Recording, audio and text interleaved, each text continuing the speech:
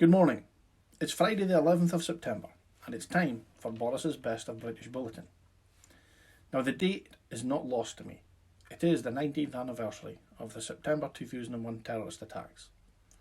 The first plane hit the North Tower at 8:46 a.m. New York time, and the last plane crashed to the ground after the hijackers were heroically overcome by their hostages at 10:03 a.m.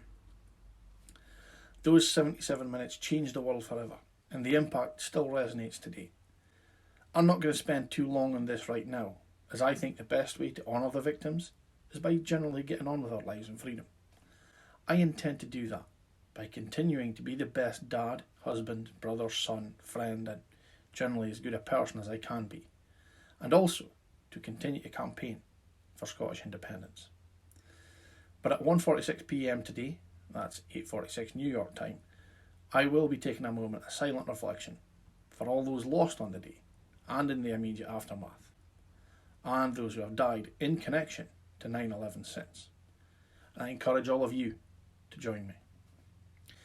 Moving on, in Scots Tory news, Scottish Tory branch office stand-in supervisor Baroness Ruth Davidson has ordered the BBC to stop using Baroness Ruth Davidson's new title. Now, I'm quite unclear as to how the fuck Baroness Ruth Davidson can order them to do or to stop doing anything from Baroness Davidson's lofty perch as Scottish Tory branch office stand-in supervisor, but it appears that Baroness Ruth Davidson can.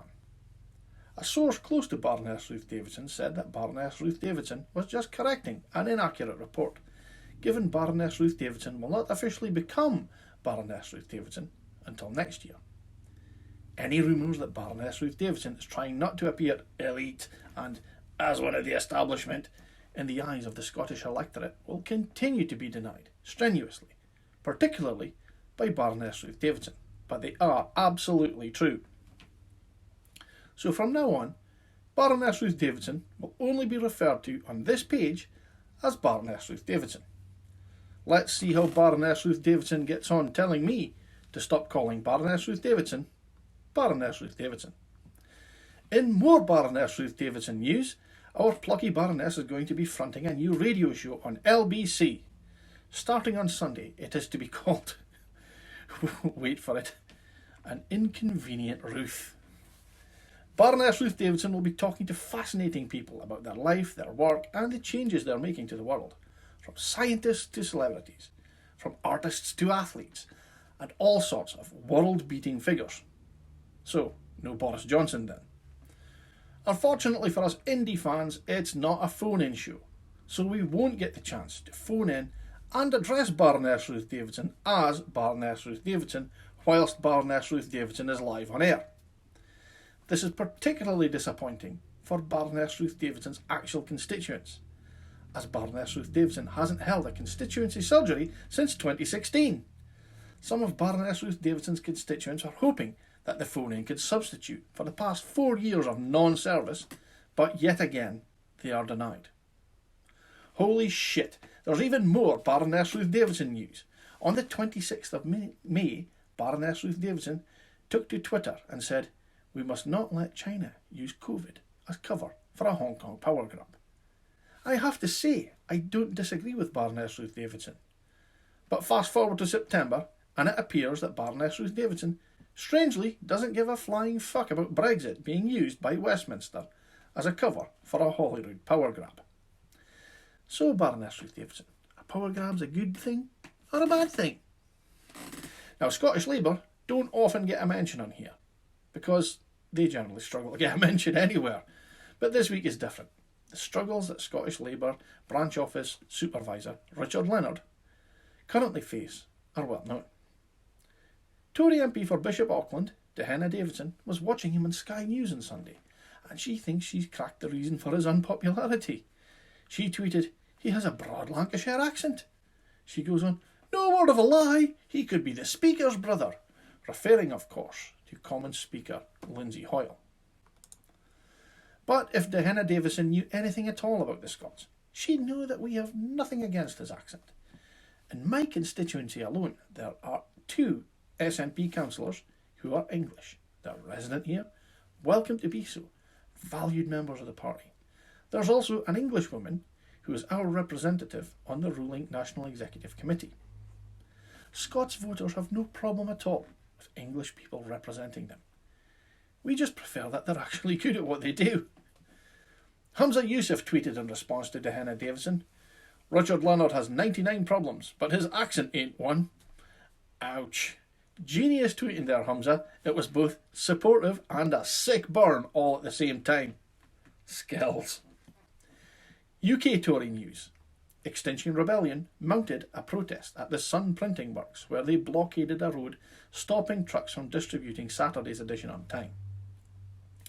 Boris Johnson was furious and tweeted, "A free press is vital in holding the government and other powerful institutions to account on issues critical for the future of our country, including the fight against climate change." He added, "It is completely unacceptable to seek to limit the public's access to news in this way." Fine words, but probably best not to be spoken from the lips of a Prime Minister who has banned the Huffington Post, the Mirror, the Eye and the Independent from his news conferences, and who hid in a fridge rather than talk to the media. Or is freedom of the press restricted to those publications who support your policies and whose owners finance your party? Under pressure during PMQs last week, Boris Johnson desperately lashed out and accused Labour leader Sir Keir Starmer of proxy backing of the IRA by virtue of his past work under previous leader Jeremy Corbyn. This is despite the fact that Sir Keir spent 5 years of his career at the Crown Prosecution Service putting IRA terrorists behind bars. The Speaker demanded an apology, which the PM half-kinda did, just like he half-kinda does his fucking job. Most annoyed at getting humped at PMQs yet again, Boris has demanded his staff find more dirt on Sir Keir. The best they've come up with so far is, "My dad could beat up your dad," which is kind of a foregone conclusion since Stanley Johnson is the only one of their dads who's still alive. Predictably though, the Tories still plan to claim it as a resounding victory. Boris's oven-ready Brexit deal is under threat, but not from the EU. Yeah, you've guessed it, the person putting it under threat is Boris himself. Despite having had 4 years, 3 Prime Ministers and 3 Brexit Ministers since the referendum, the Tories still haven't managed to negotiate our exit from the EU. Boris has announced that if we don't have a deal by October the 15th, there will be an Australia-type deal. Johnson has characterised the result of no deal as a trading arrangement with the EU like Australia's, which sounds lovely until you dig a little bit deeper and find that Australia doesn't have an EU trade deal. So that's a no deal then, Boris.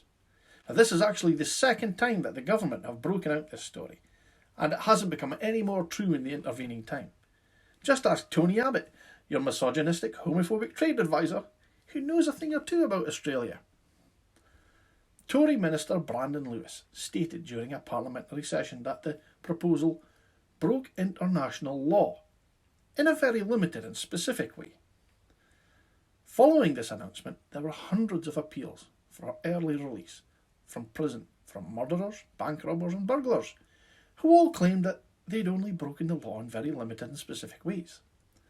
And I'm sure that Mr Lewis and his boss won't object when the Scottish Government breaks what his Parliament claims is constitutional law, assuming we only break it in a very limited and specific way, taking the power to exercise our sovereignty and to have an independence referendum.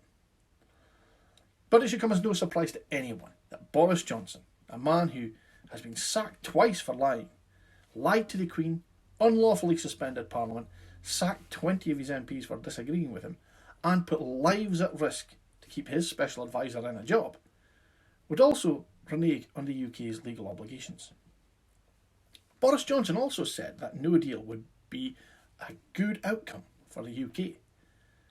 But he also recently said that the A-level results were robust and dependable, our track and trace system was world-beating, our COVID response was a massive success, and that this deal was oven fucking ready.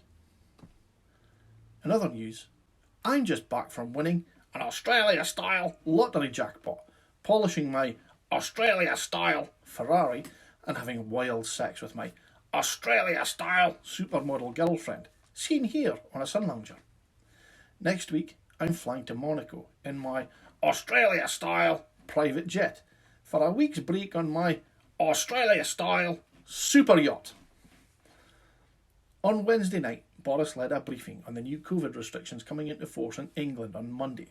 He sternly told everyone watching that if they didn't comply, they'd be breaking the law.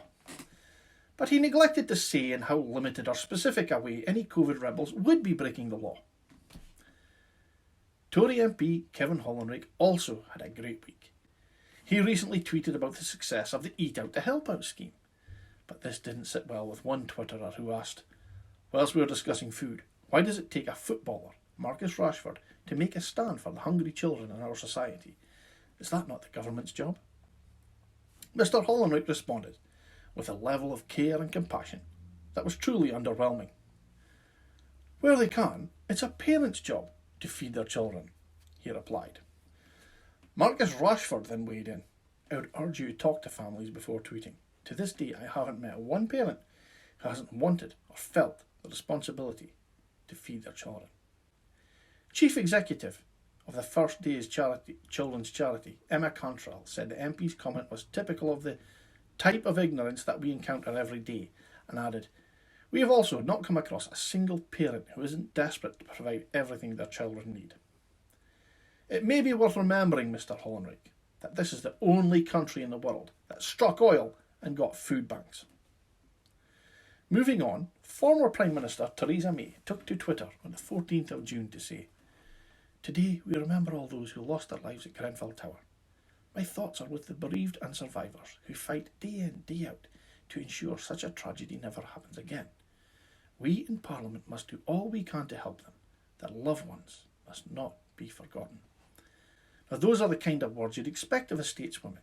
Kind, compassionate, thoughtful. So you can imagine my utter surprise and confusion this week when Theresa May and 317 of her cuntish colleagues voted down an amendment to a fire safety bill aimed at preventing such a tragedy from ever happening again. Well, Theresa, if that's what all we can to help them looks like, I'm sure the loved ones who must not be forgotten are really appreciative of your support this fucking week. Clause 1 would have required owners or managers of flats to share information with their local fire service about the design and materials of external walls. They would also have been required to carry out regular inspections of lifts and individual flat entrance doors, while evacuation and fire safety instructions must be shared with the residents of the building. All of which sound very reasonable. All of which should already be fucking happening. The Tories flexed their substantial majority, and the amendment was defeated by 318 votes to 188, a majority of 130.